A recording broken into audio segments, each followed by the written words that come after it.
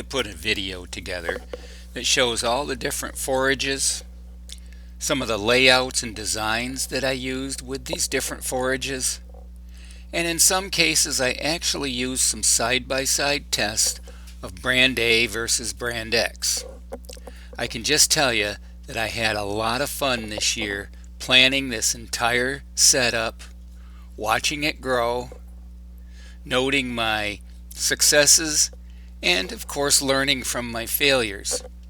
But one thing I can tell you is that if you're not willing to push yourself a little farther and to try new things, you will become kind of stagnant. So, like with everything in life, I believe we need to push towards the edge and see where we arrive. Watching how the wildlife reacted to these plantings, the different forages, and what was more preferred versus other forages was a real eye-opener for me this year and has helped me plan for what I'm going to do the following season.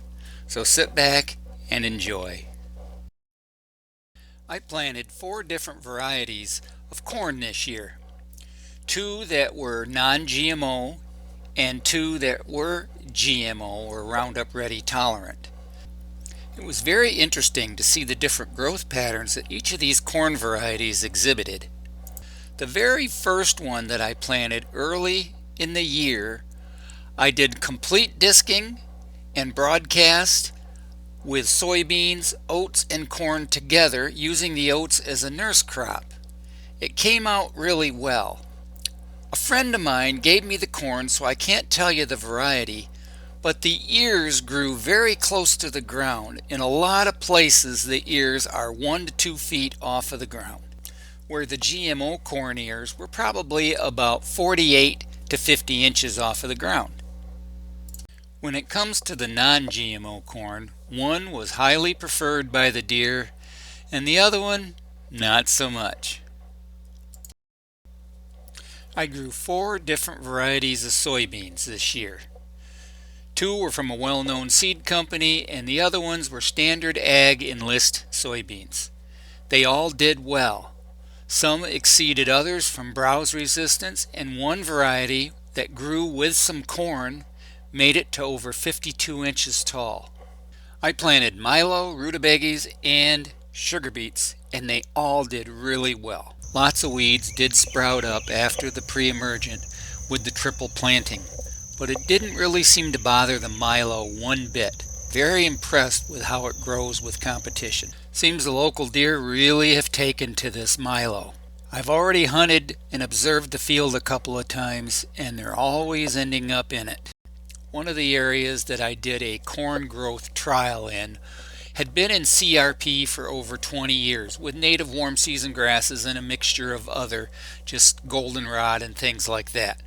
I came in and brush hogged it and then terminated it with 2 applications of glyphosate and Liberty, and then around late May to early June I drilled in soybeans with my Tar River drill, and then right over the top of it with corn with my John Deere no-till drill.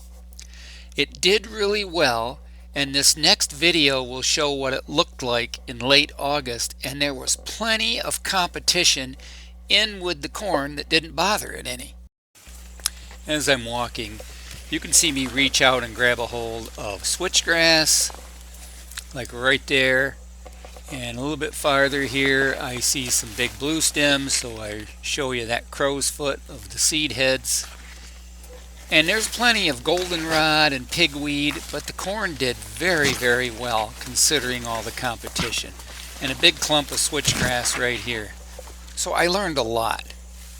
Previously I showed you areas where the soybeans grew to over 50 inches tall, where they were growing within corn and were protected from deer browse. The tallest beans and the most heavily browsed beans were only 100 yards apart. Just look at the deer browse, and where the deer spend a lot of time, right up here close, where Sophie and I are. Oh, there's a dead possum that she's found. But man, I mean, we've got, actually it's surprising, there's quite a few pods on what's left, but boy, These are browse to less than a foot tall. And then these out here that are maybe shin tall, still you can see they've got just a lot of deer browse. I mean, look right here. Along with all kinds of new forages and forage design points, I also added in a new water tank. It didn't take too long and the deer were actively drinking out of it, and on a couple of hunts I had does and young bucks drinking right there 10 yards from my stand. So it just goes to show, if you build it, they will come. Some popular big buck brands grow lots of forage with not that many pods, while standard enlist ag beans not only grow tons of forage but a huge amount of pod production. Both varieties were planted with the same drill, the same way, identical foliar applications, and soil amendments. By the end of August, the pod production was obvious which one was better. I hunted the evening of October 1st and was able to watch this nice 2-year-old buck come out of the bedding area and into the beans and corn mixture.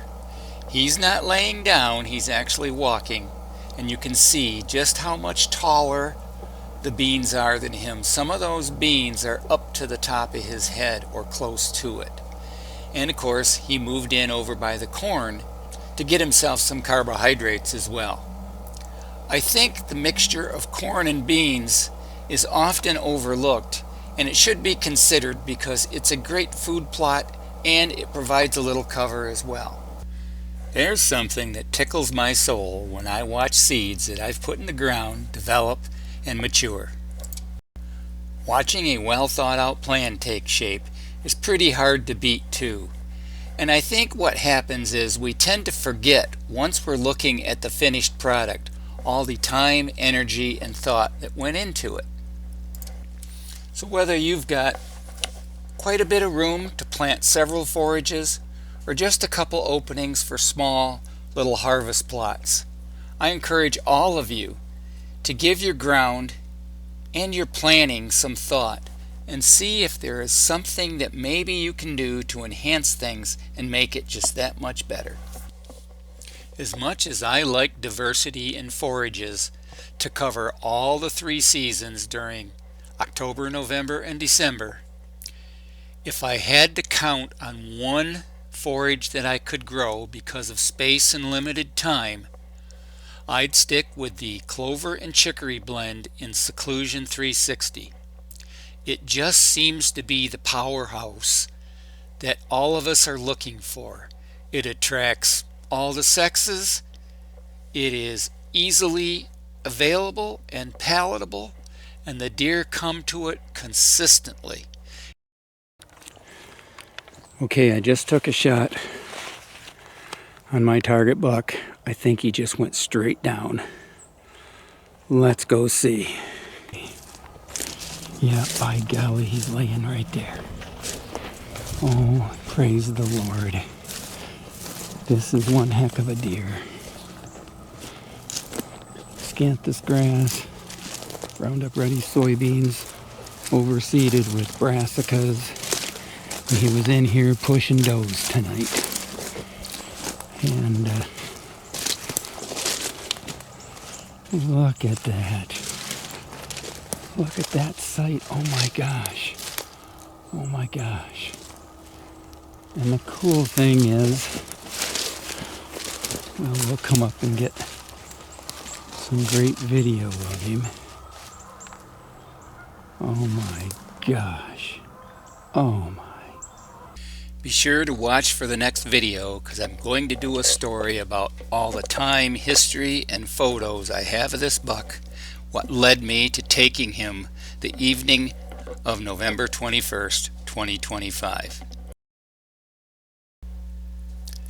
Thanks for watching another Habitat Solutions 360 LLC video.